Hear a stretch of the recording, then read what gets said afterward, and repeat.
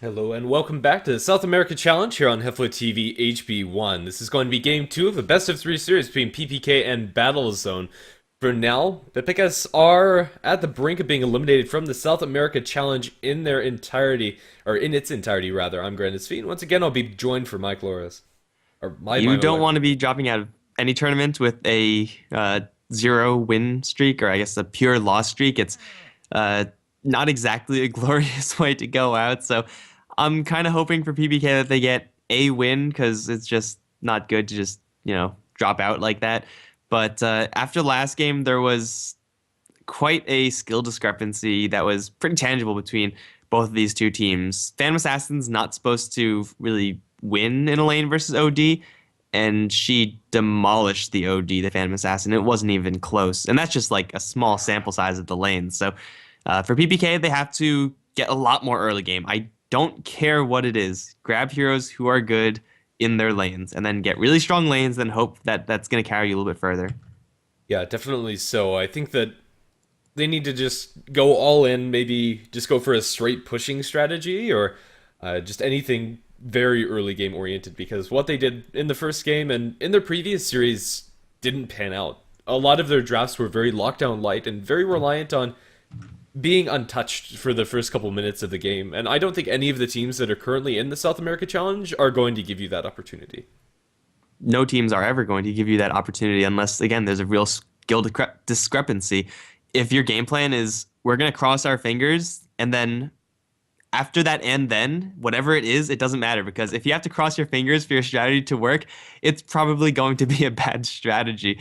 So Battlezone have the first pick here, and Axe is in the pool. Shadow Fiend, Sniper, the Earthshaker getting a rather early ban from Battlezone, which is kind of weird since they just used it pretty well in their last game. But this is going to let some real powerhouse heroes get through.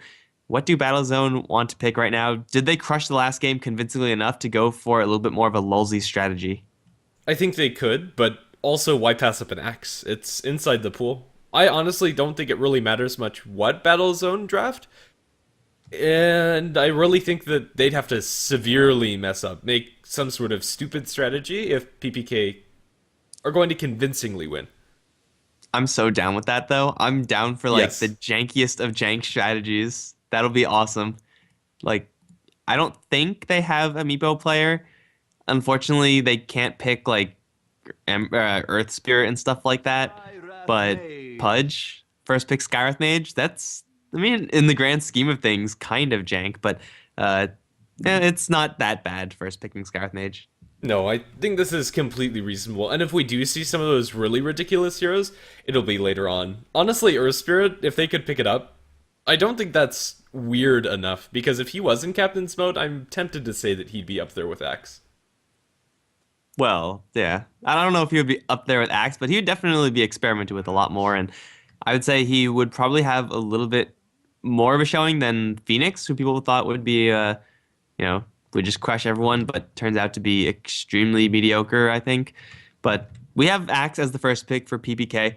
If you're going to be getting an early game advantage at all, then Axe Dazzle, that's pretty much the opening that you want. Yeah, I like this coming out from PPK. It's pretty reliable, it's pretty standard, and for a good reason. As long as you're able to get the Blink Dagger up from the Axe, he's such a good hero.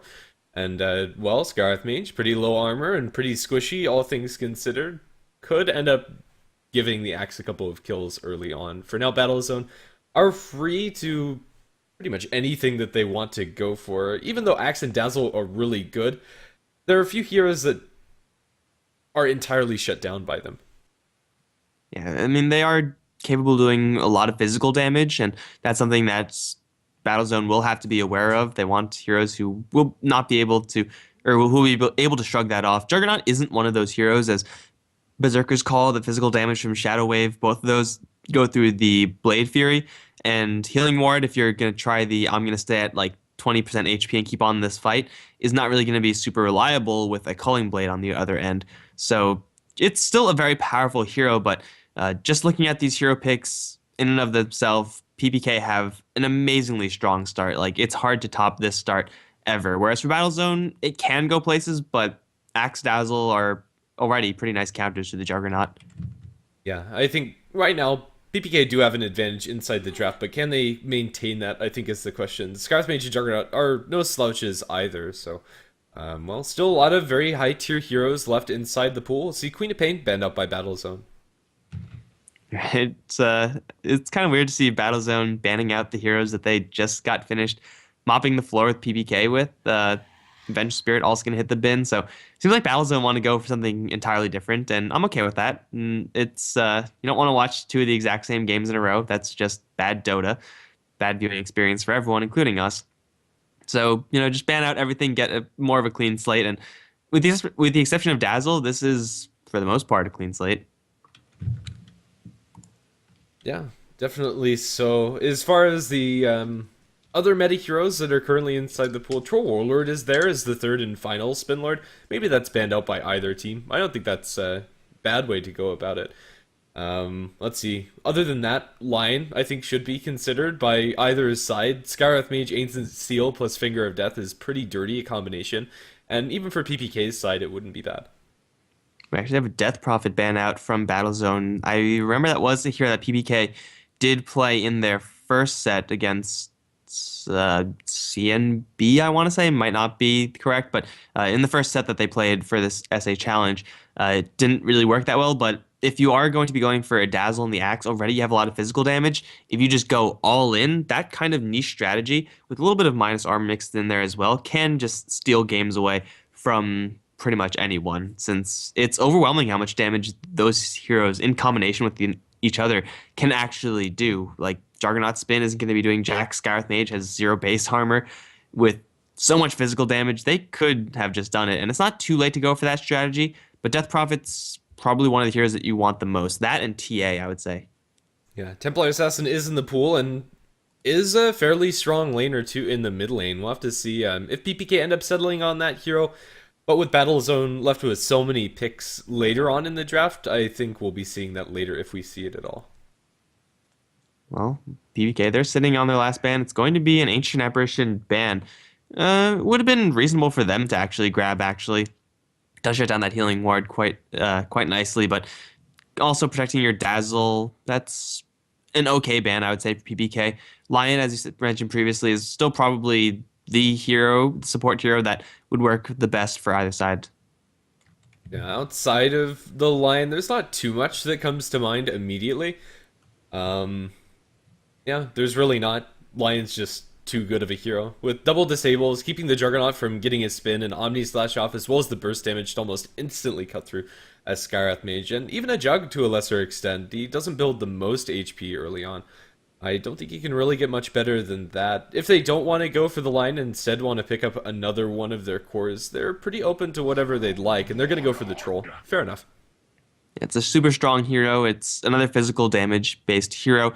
And it would have been amazing for Battlezone to pick up. Troll Juggernaut, that's just way too much right-click damage to deal with. Even though you may have an Axe and a Dazzle who typically will stack up on a lot of armor, the synergy there and the overwhelming damage is just going to be so difficult to deal with. So a nice little pick there for PPK. And their lanes are starting to shape up. Troll Warlord most likely going to head towards the mid lane. Axe maybe join with the Dazzle.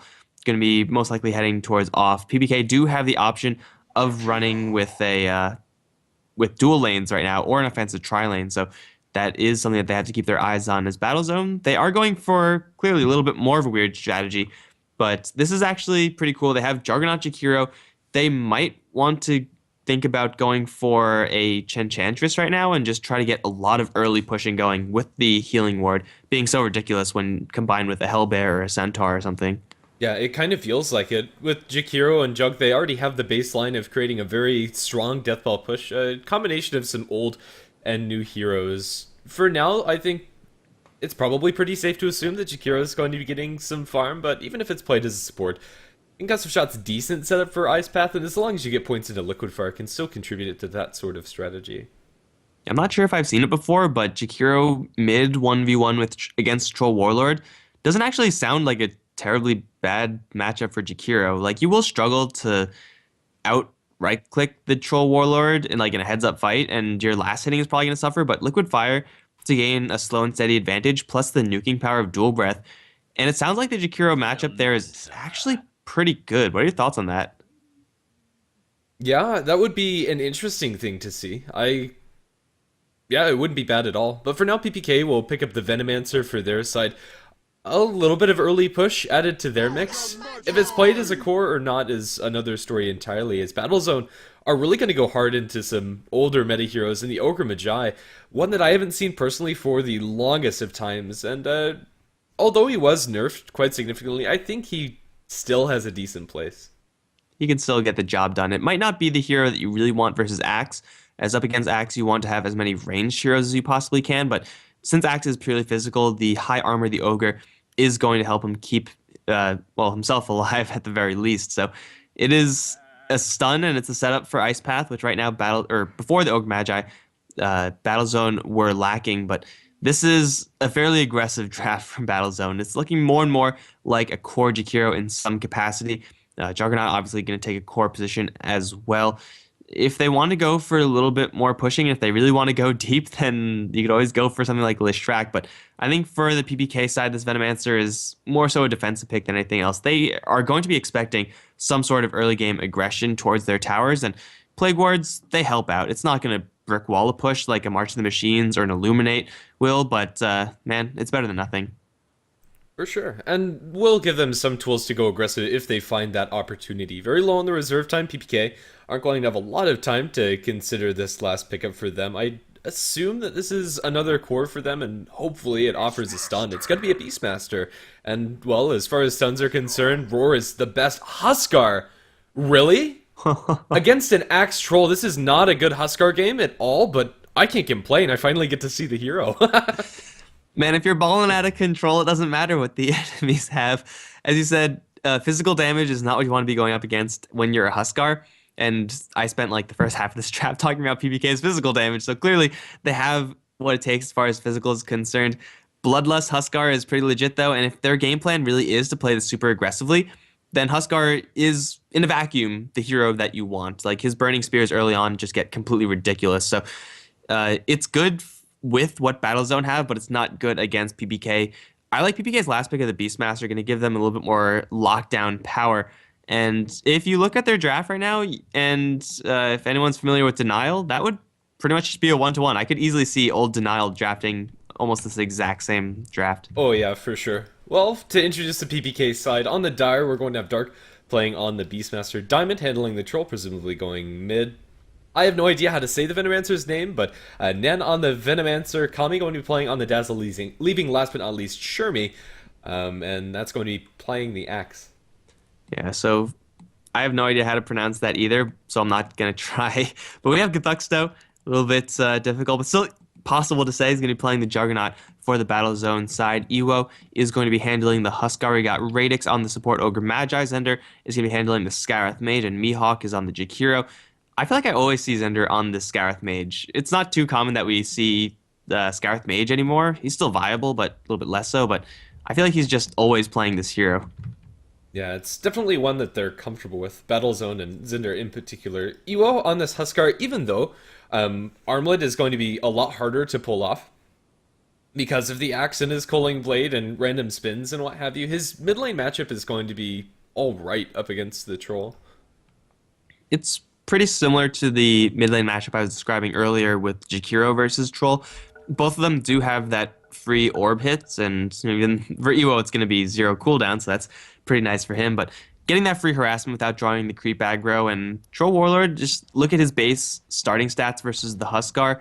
It's, to say the very least, comparable. And when you have heroes that are so even initially, then something like Burning Spears can instantly win you the lane. However, it looks like, okay, Shermie, I thought he was going to be going towards the mid lane, but yeah, Ewo, no matter who's going to show up in the mid lane, it's most likely just going to be a pretty dominant lane for the Huskar, especially after last game's performance. Like, I don't even know if PBK, skill-wise alone, can outplay this player of Ewo. Yeah, it's actually pretty interesting to see his starting items. The times that I've seen Huskar, usually you get either like mass strength or a very early, what's it, damage gloves. I cannot for the life of me remember the skill or the item name. Either way, Zender is going to be playing games with the enemy team, and this might be his undoing as he gets galed up. The concussive shot's going to buy him a little bit more space. Zender is pretty fast, but with the poison touch, he's consistently slowed, but the damage just isn't there. Ignite's going to be thrown the way of Kami, already skilling up Poison Touch, no Grave or Heal at the ready, and they're just going to give him the beatdown. Kami's going to be first blood in one form or another, and it's given towards the Ogre. Those spins are coming out, they're trying to chase further. Can they actually do so? However, Shermie's also getting kited as the slows coming out from Battle Zone. They're going to buy time so that they can feasibly go for another kill. Body blocks from the Venomancer, and another Gale connects onto 2. The axe is ticking down, but does survive on double digits HP. For now, the only casualty is going to be the Dazzle. And those types of fights where you have pretty much just all heroes squabbling over each other, those are the worst types of fights for Axe, who picked up counter Helix at level 1, and a level 1 Axe, unless you're going to be fighting in the middle of a creep wave, is really, really bad. So it's the worst case scenario there for Axe. It's the best case scenario for Ogre Magi, who has just a broken amount of HP and armor at level 1, and that's pretty much the dream scenario there for the Battle Zone side. So they get the first blood, and they're going to be pretty happy with the fact that it looks like it's going to be dual lanes. Axe and Dazzle, though very dangerous, have a lot to fear from this Ogre Magi Jakiro lane. There's a lot of dot damage. There's a lot of dot here for the Battle Zone side, and Shermie's shenanigans in this lane are going to be punished by the fact that between Dual Breath and Liquid Fire and Ignite, he will be taking a hell of a lot of damage, more so than the Dazzle can heal him up for. Yeah, definitely so. Interesting lane assignment coming up from PPK. They actually send the Beastmaster mid against the Huskar. As bad as it is for Troll, I think it's even worse for this hero. Just look at Iwo putting the screws to him. He might actually die to this. That's lethal. Yeah, I said that's first blood, but they already took first blood. He's actually slowly stopping the burn damage. Looks like the spears weren't enough. It is only a level 1 burning spear, and the damage there compared to further levels is kind of underwhelming, but even not getting the kill on the Beastmaster isn't really going to be that a big deal. Iwo is dropping fairly low, and he went for what usually is going to be described as a bottle rush build. He's instead going to rush an armlet. He's just going to hold enough gold to grab that item, and you know what? I actually don't mind this at all. He hasn't been punished by going for this kind of stat-light build because he's up against such a great lane matchup initially, and having this extra armor is going to be shutting down the wild axes, or at least slowing them down, and it gives them a little bit of regen, so it's a pretty sweet item to rush in general, and it's a great item to rush up against a Beastmaster as a Huskar. Yeah, honestly, I wouldn't be opposed to him going for 2 up towards top. Zinder going to bump into Dark, and now slowed down. Beastmaster might end up giving him his life, this time for real. He's going to buy a TP scroll before he falls down, and fortunately for him, it's not level 2 into the Burning Spears, but the damage is still more than enough. Because Huskar did drop so low, he got a very early point up into the heal, but Iwo has this middle lane completely on lockdown. The lane that we haven't talked about much at all is top, and for good reason, really. The Troll isn't doing much, as we are going to see a fight break out. The Gale does connect onto Radix, and they get the call off onto 2, but Axe isn't spinning enough. He gets 1 spin, but that's it. He gets a second as the creep starts hitting him, but now under tower taking shots. Shermie dropping low. Radix isn't going to fall down yet. Slows him down, sticks up, and Radix is going to survive, and Axe not so much. Fire Blast into Kami. Eventually, Radix does go down to one more right click coming out from the Venomancer. Mihawk salving up, and it looks for now it's only going to be a 1-for-1 trade, although Kami's taking creeps, and now with the Dual Breath, the damage should be more than enough. Dazzle's only level 2. He doesn't have a point to Shallow Grave and can't survive, and now the Venomancer also is going to take some harass, but it looks like the Vino, at the very least, is going to survive. Well, Ogre Magi is closing in towards with top with the spin onto Diamond. Diamond going to end up losing his life. Or her life, rather. Oh man, there's just kills everywhere. This is a bad scenario for PPK to be in. I'm pretty sure we had a 5-1 at some point in the last game as well. Radix on the bottom lane just manned up, and as Ogre, that's exactly what you want to be doing. Use your broken survivability at level 1 to just constantly fight. He was hugging the axe, and he didn't give a damn. He was outputting damage the entire time, and every single hit that's going towards the Ogre is a hit that's not going towards the slightly softer Jakiro, and that's a lot of damage that eventually does stack up. Jakiro, what he lacks in explosiveness, makes up for with the fact that if you don't actively focus down the Jakiro, he will make you pay. So, bottom lane fight going pretty darn well for Battle Zone. They get the pick up on top lane, where Juggernaut is going to be going for what looks like a very farm-heavy build. No, not a lot of Blade Fury, therefore kill potential slightly lessened. But it looks like he is doing fine regardless of that fact, as Troll Warlord only has 8 CS. Yeah, and the Juggernaut also being involved in 1 kill is going to help him quite a bit. They rotate in the Venomancer, but actually killing off Guthuxto is very, very difficult. He isn't even going to throw out the Gale. He'll Poison Attack slow him a little bit, but now the Venomancer out of position. If Guthuxto is a little bit closer, maybe they could spin him down, but Venomancer is going to survive. Although for now there is a lot of zoning. Inside mid, jump in from the Huskar, going to back off from the tower a little bit. Dark is fighting to the best of his ability, but it's not good enough. Easy rotation in from the Ogre Magi. Down towards bottom, looks like the dual lane of PPK were diving that Jakiro, and it took them a lot longer than they really would be comfortable with, but they do walk away with the kill. Jakiro gets the posthumous kill. That's no experience for him. Up towards top, the spin does happen onto the Venomancer. With the seal amplifying that, not much you could do to defend yourself once you're caught initially. And it will be an 8-2 advantage now for Battlezone. They are looking to repeat the last game, and with all lanes going as well as they are in both the kills and the CS, it's looking like it might be a real possibility. Ewo dropping very low over in the mid lane. That's where the Helm of Iron Will comes into play. That's where maybe the Armlet is going to come into play. This is going to be a surprise to Dark, and if this Beastmaster gets life broken, he will just be dying right now. Yeah, honestly, I don't see him surviving this. The Beastmaster is already sticking around too long. Ewo can dive this tower mercilessly. Although the axes are going to be doing quite a chunk of damage, Ewo can sit here as long as he wants. With 7 armor, the axes aren't going to be doing as much damage as they usually would, and with the armament activation, there's not a chance. And he has 8.4 regen also. Like, the armlet regen, just having that from the helm buildup, is actually quite relevant in this lane. Not to mention the fact that, if needed, he could always pop the Inner Vitality or pop the armlet, get a quick burst of heal, or like pseudo heal. He's going to make the jump in. The axe is already thrown, but now Ewo's going to pop the armlet, and Dark's going to try to race. Maybe Huskar messes up and dies to a tower right now, but yeah, that's not going to happen. We knew that that kill was going to happen. It was just a matter of time. Yeah, there really wasn't any question. Jakiro bottles up the regeneration rune down towards bottom, but honestly, I don't think Huskar needs it. They will get a call onto the Ogre Magi. Radix is in a whole heap of trouble. They don't have level 6 for the axe. Do they need it? It looks like they might. Radix is surviving for a lot longer than he probably should. Ogre Magi too tanky. And now Mihawk's going to come in from the back with the dual breath and the liquid fire onto Kami. He'll just wait it out. Oh, sorry, knocked the mic. He's going to just wait out the grave, and then the Dazzle will just burn to death afterwards with a fire blast and a possible dual breath onto the axe. Looks like they might want to continue. Radix, once again, man fighting up against Shermie. And with no creep support there, Axe can't really afford to take that fight. I think they could have tried to go for that Axe kill as well, though they would have been a little bit CC light to actually do enough damage. Regardless, they still have a 10-2 advantage in this game, and letting someone go is, you know, a small act of mercy, I suppose.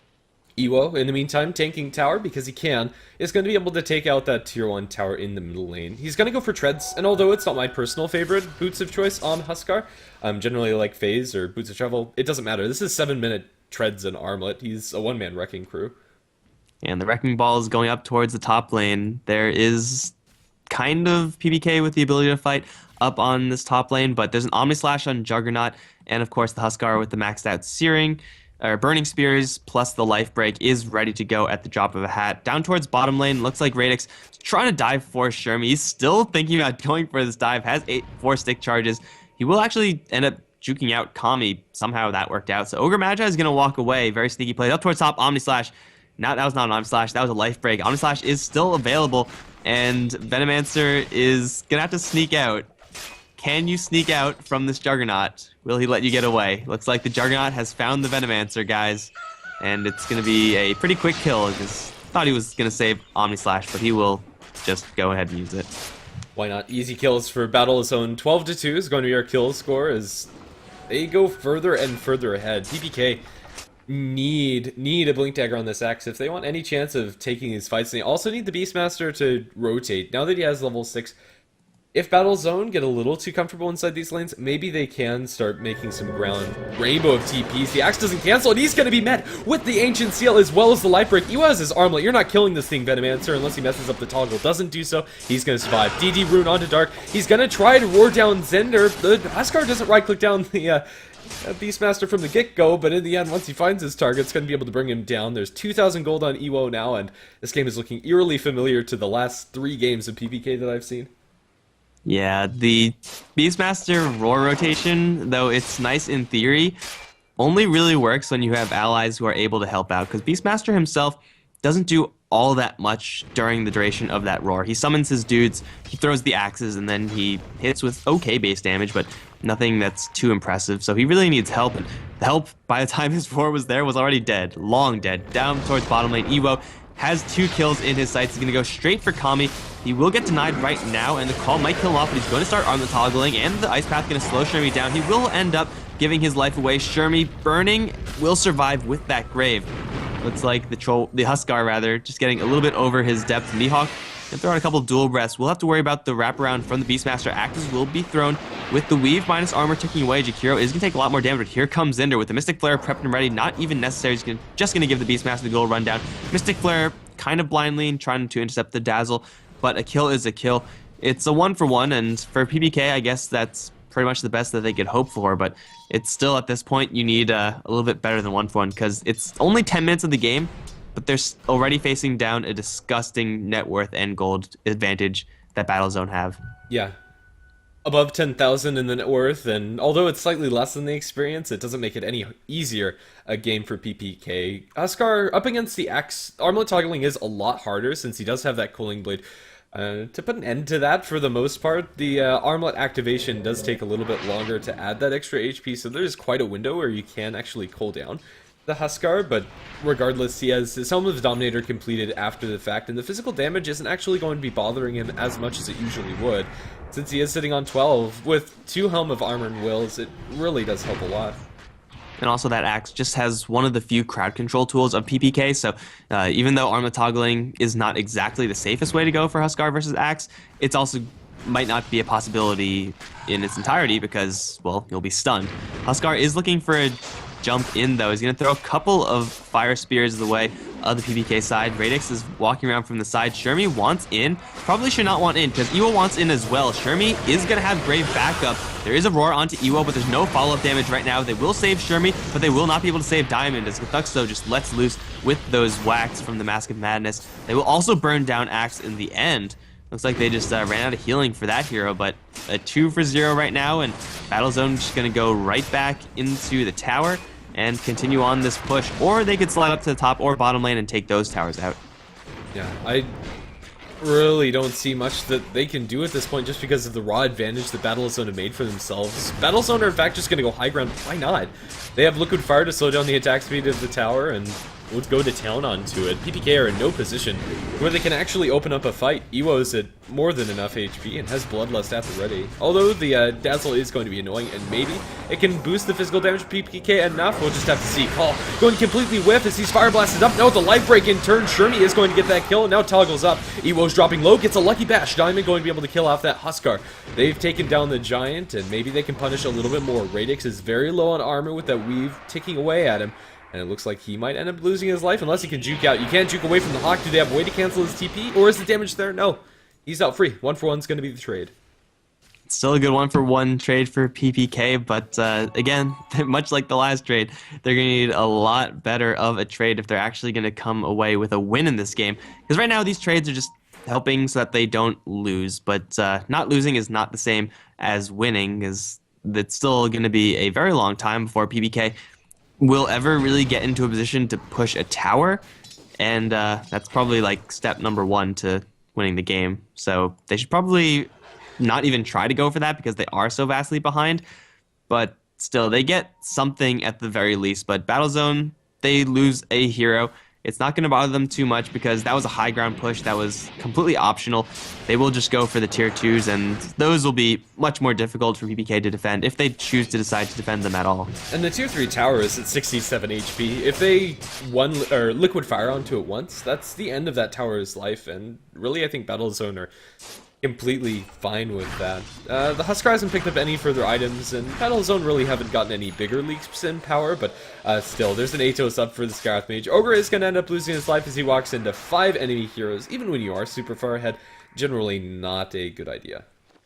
Yeah, but he does have backup incoming, and Battlezone probably are far enough ahead to work without their Ogre, who, by the way, has by far the least on their team. The rest of them are going to go right in. Gthuxo with a level 2 Omni Slash is itching to use it. However, there is a Grave to worry about. Zender is going to lock down Kami with the Mystic Flare there. They will almost be able to burst down the Dazzle. They will get the kill in the end. Shermie going to get the call onto Gthuxo, but now with the Healing Ward on the deck, he's going to take no damage. Evo will also take no damage. They will Omni Slash 1, go for another. Venomancer slowed down by the Atos and the Life Break. Both Beastmaster gets out, but it's a bloodbath in favor of Battlezone. The 4 heroes that survived, the 4 heroes in the fight, are topping the net worth chart. In fact, the Scarith Mage is almost doubling up the Troll Warlord. That is never, ever, ever supposed to happen, ever.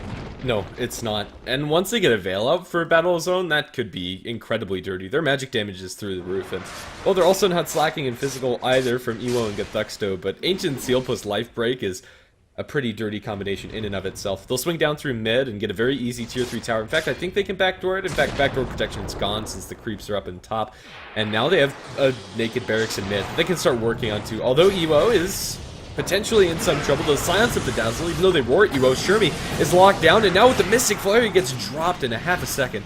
Diamond is going to start burning down to the ground as the Flaming Spears are flying through, and although the Grave is going to delay this, it is only going to delay this one way or another. Diamond's going to go down, and that Macro Power Ice Path onto 4, going to obliterate PPK. Battle Zone find themselves with a Rax advantage now, or at least they should. So I'm just going to be honest right now, I didn't really have that high hope for PPK to win this game or this match from Battlezone. But you know what? Battlezone, they won the game in an hour. They won the match in like an hour. This was absolutely disgusting, and I was really hoping for PPK to have much better showing than this, but what are you gonna do? Like, sometimes it's just not in the cards. Yeah, I don't really know what to say. PPK, I think they might be a good enough team to go into other tournaments, but for now, this is the South America Challenge, and there's a lot of big-name teams here, and I don't think that they really fit in, and that's unfortunate. I wish them the best of luck as a team. Thanks for watching. If you want to follow us, HeflaTV can be found at Twitter and Facebook, and here on Hitbox, and you can follow us at all of those areas. VODs will be uploaded to youtube.com/HeflaMoke. I've been GrandisV, he's been Mikelorus, and, well, that'll be it for the evening. Hope to see you on some future broadcasts.